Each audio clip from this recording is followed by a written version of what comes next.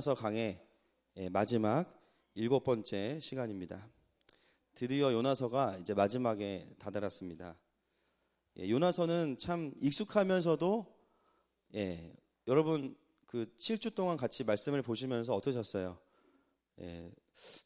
이런 부분이 있구나. 저도 요번에 다 깨달은 것들입니다. 미리 연구해놨다가 하는 것이 아니라 하나님께서 다시 보여주시고 또 공동체에 하시는 말씀이라고 믿습니다. 아멘이십니까? 요나서는 참 특이한 구조이죠. 왜냐하면은 북이스라엘의 선지자인데 자신의 나라로 가지 않고 아수르 니느웨로 가서 마치 알바를 뛰는 듯한 느낌을 주고 있습니다. 사실은 자기 이스라엘에 가서 회개의 메시지를 선포해야 되는데, 물론 그런 시간도 있었지만 사실은 요나서는 이스라엘을 향한 메시지라기보다는 표면적으로 봤을 때는 니느웨를 향해서 선포하는 것이죠. 그래서 우리가 이 요나서를 전체를 이해하기 위해서는 무엇이 필요하냐라고 했을 때, 왜 북이스라엘의 요나는 니느웨로 보내졌어야만 했는가라는 것입니다. 이 대답에 대한 질문이 요나서가 돼야 되는 것이죠. 우리가 일반적으로 생각하는 주제가 있는데요. 우리가 요나서 그러면 가장 먼저 떠올리는 게 도망간 요나가 다시 하나님한테 잡혀와서 다시 그 일을 감당하는 이런 마치 모든 것이 실패하고 아주 나이가 많이 들어서 신학교를 가는 듯한 느낌을 이 본문에서 우리가 봤습니다.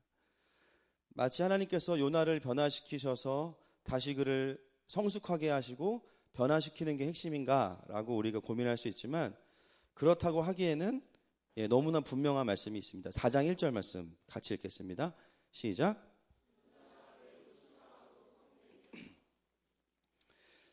매우 싫어하고 성내며, 원어를 번역하면 치를 떨며 분노하다, 이렇게 번역할 수 있습니다.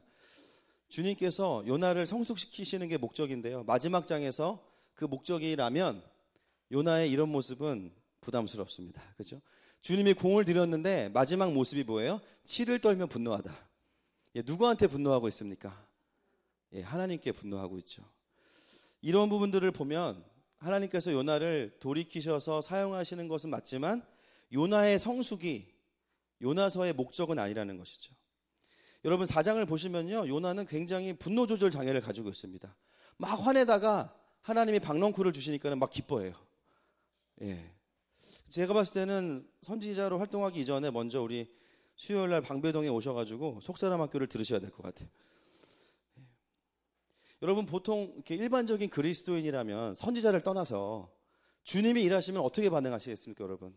주님이 막 삶의 일을 하셔요. 막 문제가 해결되고 막 영혼들이 돌아오고 막 돌파가 일어납니다. 그러면 우리가 주님을 찬양하겠죠. 감사하겠죠. 요나는 어떻게 해요? 치를 떨며 분노합니다. 우리가 이런 부분들을 본다면 요나의 변화, 요나의 성숙이 요나서의 목적은 아니라는 것이에요. 만약에 그것이 목적이어야 된다고 하면 4장에는 어떤 모습이 나와야 되냐면, 적어도 가나안 땅에 들어가기 직전에 모세의 모습 같은 모습이 나와야 됩니다. 니느웨를 엄청 싫어하던 요나가 하나님의 다루심을 경험하고 회개하는 니느웨를 보면서 같이 울고 감사하고 감격하고, 그런 모습을 보여야만 하나님께서 요나를 다루어 가시는구나 라고 느낄 텐데, 그런 부분들이 전혀 등장하지 않는 것이죠.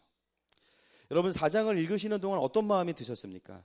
요나와 하나님과의 이 티격태격 옥신각신의 장면을 보시면서 어떤 마음이 드셨어요? 저는 하늘에서 주먹이 안 내려오는 게 다행이다. 제가 막 긴장이 돼가지고, 물론 이전보다는 조금 바뀌었어요. 요나가 다시스로 도망가지 않고 성읍 동쪽으로 도망가서 멀리 가진 않습니다. 또 화가 나도 하나님께 풀죠. 물론 조금 바뀌긴 했지만 여전히 그의 내면과 그의 하나님을 향한 태도는 죄송하지만 정상적인 선지자는 아니라는 것이죠. 성경도 그런 우리 요나 형님의 모습을 포장하지 않고 있는 그대로 보여주고 있습니다. 그래서 요나의 변화와 성숙은 요나서의 핵심 메시지는 아니라는 것입니다. 그러면은 뭐냐? 어떤 분들은 또 이렇게 이야기합니다. 니느웨를 회개하는 것이다. 맞죠? 니느웨의 회개가 이 본문의 가장 주된 사건입니다. 그러나 그것이 목적이라면 굳이 그것을 성경에 기록할 필요가 있겠냐느냐는 것이죠. 이방의 나라가 하나님께 돌아오는 것 자체는 의미가 있지만 그냥 니느웨가 회개하고 끝나면 될 문제지, 과연 그 문제에 북이스라엘의 선지자가 부르심을 받아서 니느웨가 변화되는 모습을 요나서에 기록하고 그것을 이스라엘 유대인과 또 오늘날 우리들에게 읽혀주는 이유가 무엇이냐라는 것입니다. 어떤 학자들은 4장은 첨가되었다라고 말하는 약간 정신이 나가신 분들이 계시더라고요. 제가 깜짝 놀랐습니다. 왜냐하면 4장은 문맥과 흐름이 안 맞는다는 거예요. 그러나 여러분, 오늘 4장은 요나서의 결론으로서 사실은 요나서가 무엇을 말하기 원하는지를 가장 클리어하게 드러내고 있는 본문이 4장입니다. 왜 4장이 우리에게 결론을 주는가? 여러분 보세요. 요나와 하나님이 막 옥신각신하고 있어요. 이렇게 기도하시는 분 제가 알기로도 몇 분 계세요. 별로 이렇게 대화를 보면 은혜가 되십니까? 아니면 좀 은혜가 안 되십니까? 별로 은혜가 안 됩니다. 이게 혼자 기도하면 괜찮은데 성경에 기록돼 있어. 선지자인데 은혜가 안 됩니다. 우리 예레미야 선지자 별명이 뭐죠? 눈물의 선지자. 엘리사는 능력의 선지자. 요나는 대드는 선지자. 제가 봤을 때는 그 본디오 빌라도 다음으로 가장 억울한 사람이 요나일 것 같아요. 그걸 성경에 기록을 해놨으니까 뭐 빼도 박도 못하죠. 아마 요나는 자신의 목숨이 하나라는 것을 자주 잊어버렸던 것 같습니다. 우리 2절 말씀 한번 같이 읽겠습니다. 시작. 여호와께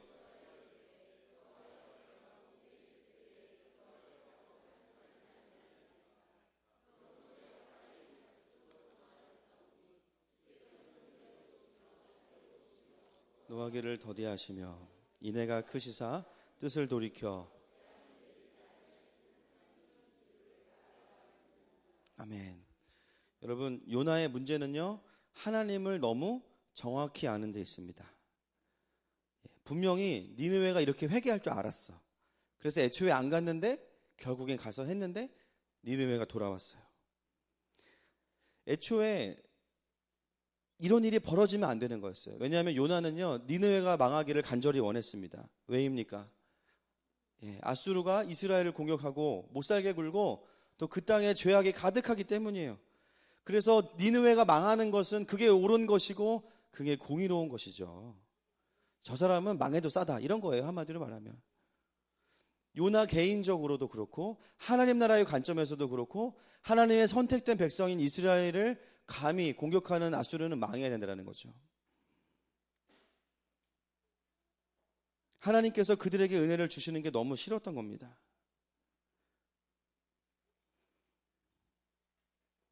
여러분, 요나가 옳았습니까? 틀렸습니까? 그의 생각이 맞습니까? 틀립니까? 일반적으로 생각하면 맞아요. 저 사람은 당해도 싸. 맞아요. 죄가 있으면 벌을 받고 대가를 치러야죠. 그런데 여러분, 오늘 4장 안에서 하나님께서 요나에게 일관되게 물어보시는 것이 있습니다. 4장 4절 말씀이에요.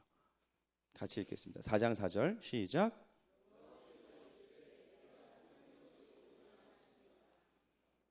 네, 하나님께서 요나에게 물어보세요. 지금 네가 분노하는 게 옳으냐?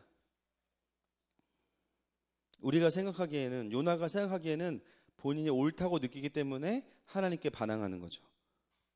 그런데 그 대화가 갑자기 끊어지면서 5절부터 8절 사이에는 어떤 이야기가 나오냐면 박농쿨의 이야기가 갑자기 나옵니다. 자, 5절 말씀 같이 읽겠습니다. 시작. 요나가 성읍에서 나가서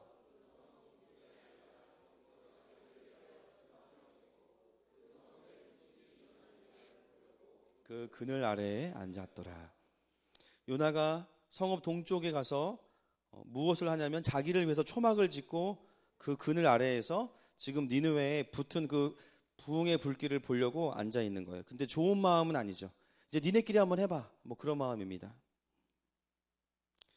그런데 우리가 이 박넝쿨 얘기는 너무 잘 알아요. 하나님께서 요나에게 그늘을 만들어 주시는데 제가 본문을 보다가 좀 이해가 안 되는 부분이 5절이었습니다. 오늘 방금 읽은 5절에 보면 분명히 요나는 자기를 위해서 무엇을 지었습니까? 초막을 짓고 어디에 앉아 있습니까?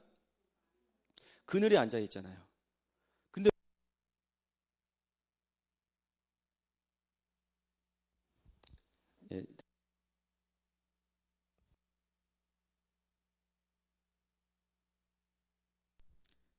셋. 네, 감사합니다. 왜 하나님께서는 그런데 다시 요나에게 박넝쿨을 만들어 주셨을까? 이미 그늘이 있음에도 불구하고 우리가 그것을 참 이해할 수 없는 것이죠.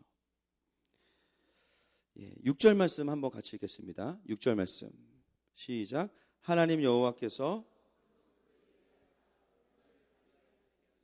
이는 그의 머리를 위하여 그늘이 지게 하며 그의 괴로움을 면하게 하려 하심이었더라.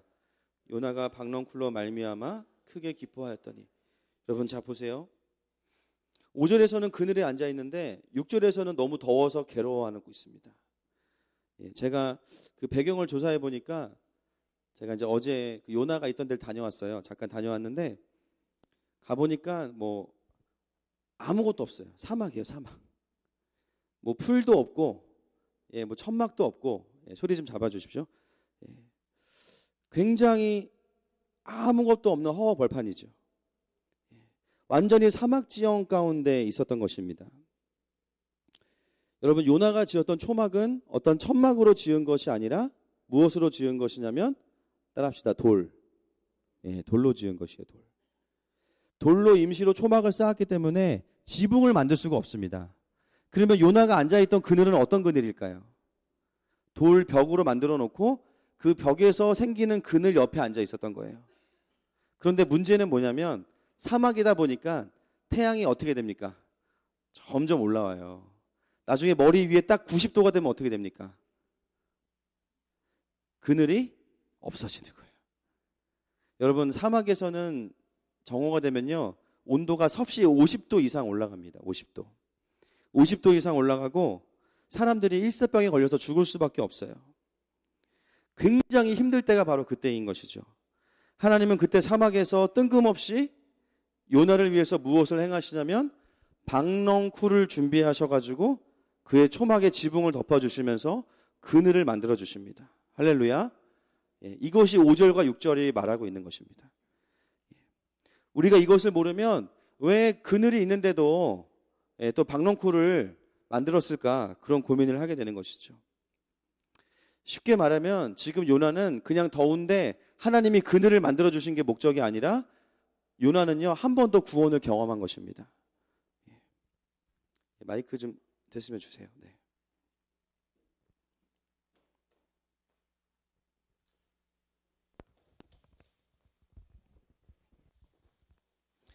이제 잘 들리시죠? 여러분 요나는 요나서에서 두 번의 구원을 경험합니다. 물고기 뱃속에서 한 번, 또 한 번은 오늘 4장에서 구원을 경험하는 거예요. 그냥 하나님이 조금 요나를 시원하게 해주시기 위해서 자연적인 에어컨을 주시는 수준이 아니라 죽을 뻔한 요나를 또 한 번 살려주신 거죠. 근데 그게 어떤 대화 속에서 이 사건이 주어지냐면 네가 옳으냐, 너가 지금 성내는 것이 옳으냐 라는 것에 대한 대답으로 하나님은 다른 말씀하시지 않고 요나를 한 번 더 살려주십니다. 그런데 그 박넝쿨이 하루 만에 없어지니까 요나가 또 대들어요. 4장 9절 말씀입니다. 같이 읽겠습니다. 4장 9절 시작. 하나님이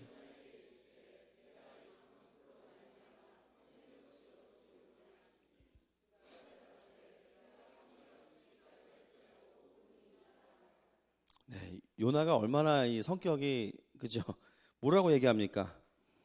네가 지금 성내는 게 옳으냐? 하나님한테 내가 화내다 죽어도 내가 옳습니다. 와, 엄청납니다. 그 목숨이 한 몇 개 있는 줄 알아요, 지금 보니까. 내가 화내다가 내가 벼락을 맞을지언정 내가 옳습니다. 하나님 내가 옳아요. 하나님은 계속 물어보시는 거죠. 네가 정말 옳다고 생각하냐? 그것에 대한 대답과 결론으로 주어지는 것이 4장 10절과 11절 말씀인데요. 같이 한번 마지막으로 읽겠습니다. 시작. 여호와께서 이르시되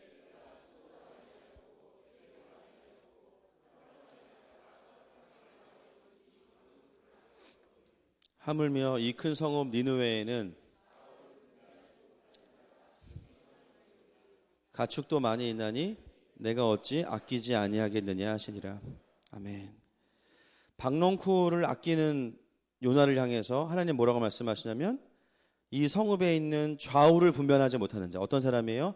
하나님을 알지 못하는 자들 12만 명, 그리고 가축도 있는데 내가 그들을 어찌 아끼지 않겠느냐. 이 아낀다는 말은 원어를 보면요, 불쌍히 여긴다는 뜻입니다.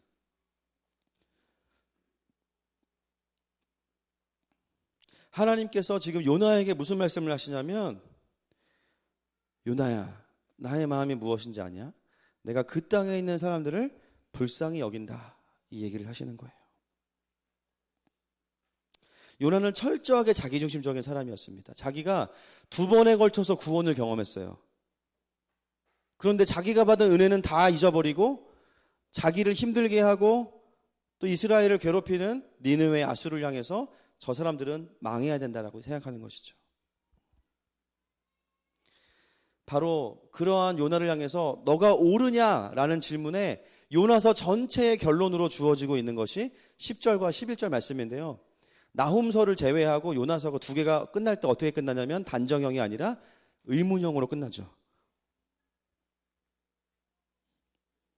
내가 어찌 아끼지 아니하겠느냐 하시니라. 여러분, 니느웨를 향한 하나님의 마음은 무엇이었습니까? 그들의 죄악이 가득하고 40일 후에 성이 무너지는 심판이었습니까? 아닙니다. 요나서에 흐르고 있는 하나님의 마음, 아수르를 향한 하나님의 마음은 무엇이냐면 그들을 불쌍히 여기는 마음입니다. 그들을 긍휼히 여기는 마음이에요.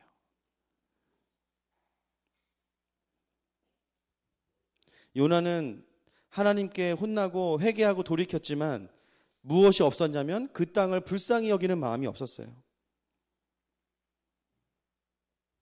요나서는 오히려 이러한 요나의 모순적인 모습을 고발하고 있는 것이죠. 그리고 그것이 이스라엘의 모습이었습니다. 우리는 선택된 백성이니까 우리를 괴롭히면 다 혼나야 돼. 다 벌받아야 돼. 정작 이스라엘 본인도 하나님의 은혜로 하루하루 살아가고 있으면서 니느웨를 향해서 그들의 죄악을 자신들이 판단하고 하나님의 공의를 이야기하고 있는 사람들입니다. 여러분, 요나는요 너무나 이스라엘을 사랑하는 사람이었기 때문에 하나님이 말씀하신 것 중에 어쩌면 이스라엘의 해가 되는 말씀은 안 전했을 수도 있어요. 오죽하면 하나님이 요나를 니느웨로 보내셨겠습니까? 요나를 레슨하기 위해서 보내신 거죠. 여러분, 많은 그리스도인들이 나에게는 당연히 은혜가 있어야 되고 다른 사람들에게는 예리한 공의를 가져다 댑니다. 개인적인 복수심으로 바라봐요. 너 나한테 상처 줬지? 너 내가 마음에 데스노트에 빨간 글씨로 써놓고 집에 막 인형의 이름 써놓고 막 칼로 찌르고 져주기도 하고 막. 내가 하나님의 백성이니까 날 힘들게 하면 다 사탄이야. 다 멸망받아야 돼. 그런 우리에게 하나님은 오늘 물어보십니다. 네가 옳으냐? 지금 네가 화내는 것이 정당하냐? 그러면서도 하나님은 요나에게 어떻게 하시냐면요, 박농쿨의 은혜를 계속 주시는 거예요. 계속 은혜를 주시고 계속 구원하시면서 네가 옳으냐? 계속 은혜 주시면서 네가 옳으냐? 여러분, 우리가 살아가는 동안의 소소한 은혜들은 사실은 박농쿨의 큰 은혜인 줄로 믿습니다.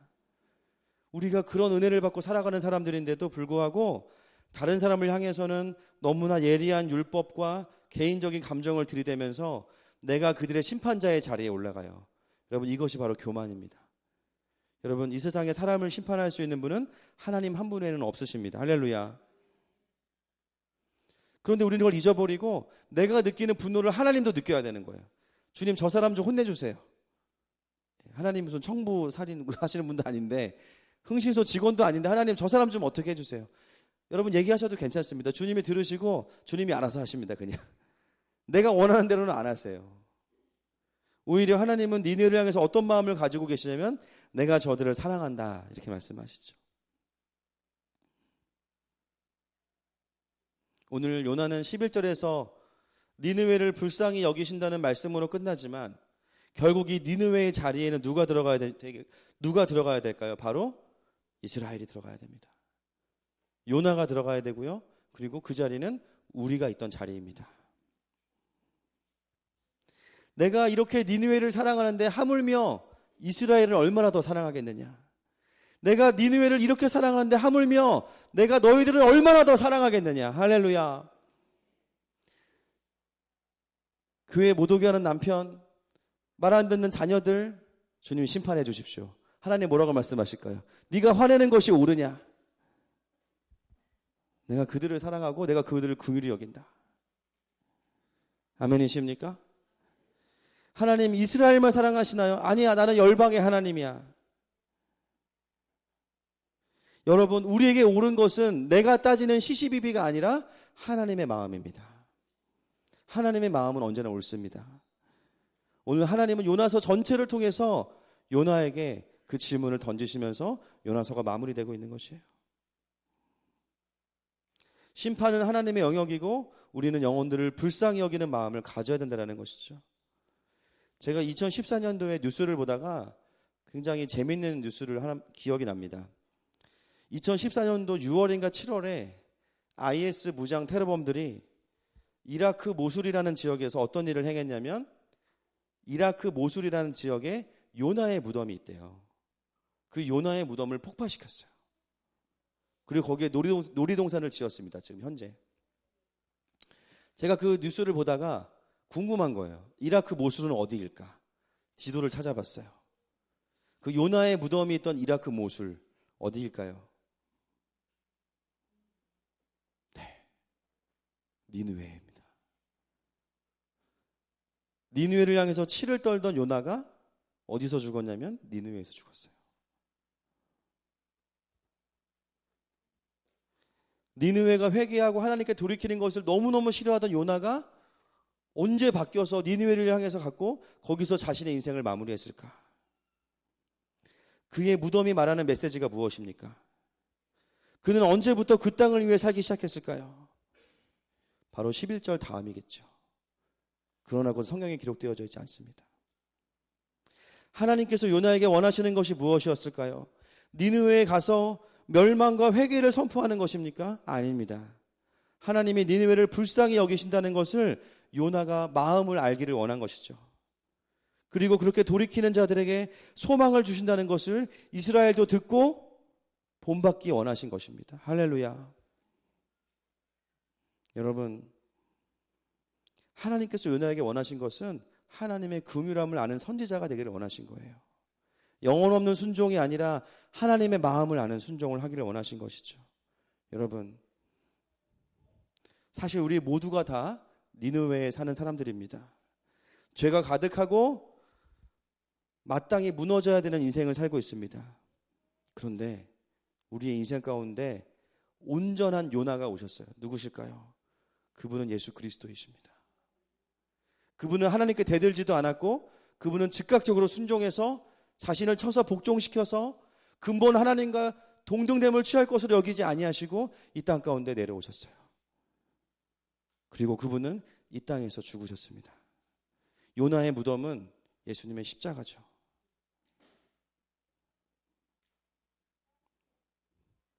근데 우리는 생각해요. 내가 요나라고 생각하고 이스라엘이라고 생각합니다. 아니에요. 우리는 니느웨입니다.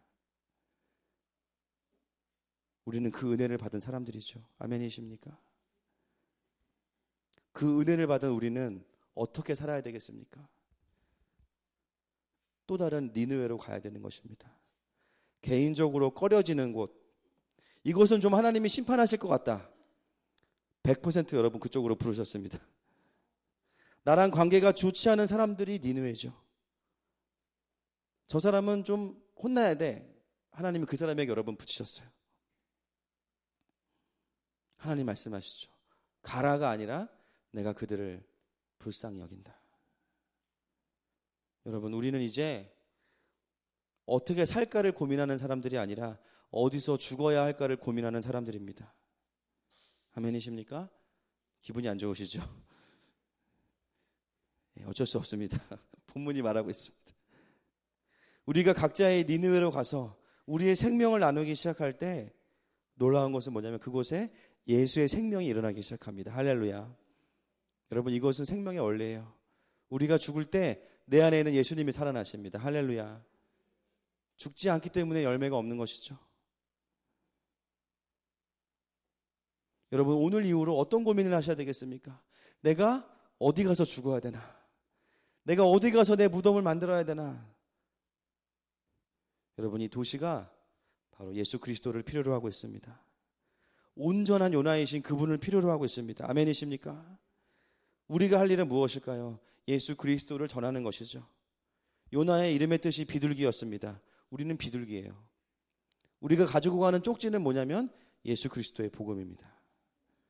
그 복음이 이 세상의 소망이 되는 것이죠. 여러분, 요나서는 어떤 별명을 가지고 있냐면 구약 중에 신약이라는 별명을 가지고 있었습니다. 너무나 분명하게 복음을 이야기하고 있어요. 여러분, 요나서를 마무리하면서 하나님 여러분에게 무엇을 말씀하십니까? 지금 너의 삶이 옳으냐? 내 마음에 있는 곳으로 네가 좀 갔으면 좋겠다. 하나님 말씀하십니다. 우리 시간 같이 찬양하면서 주님 앞에 나갔으면 좋겠어요.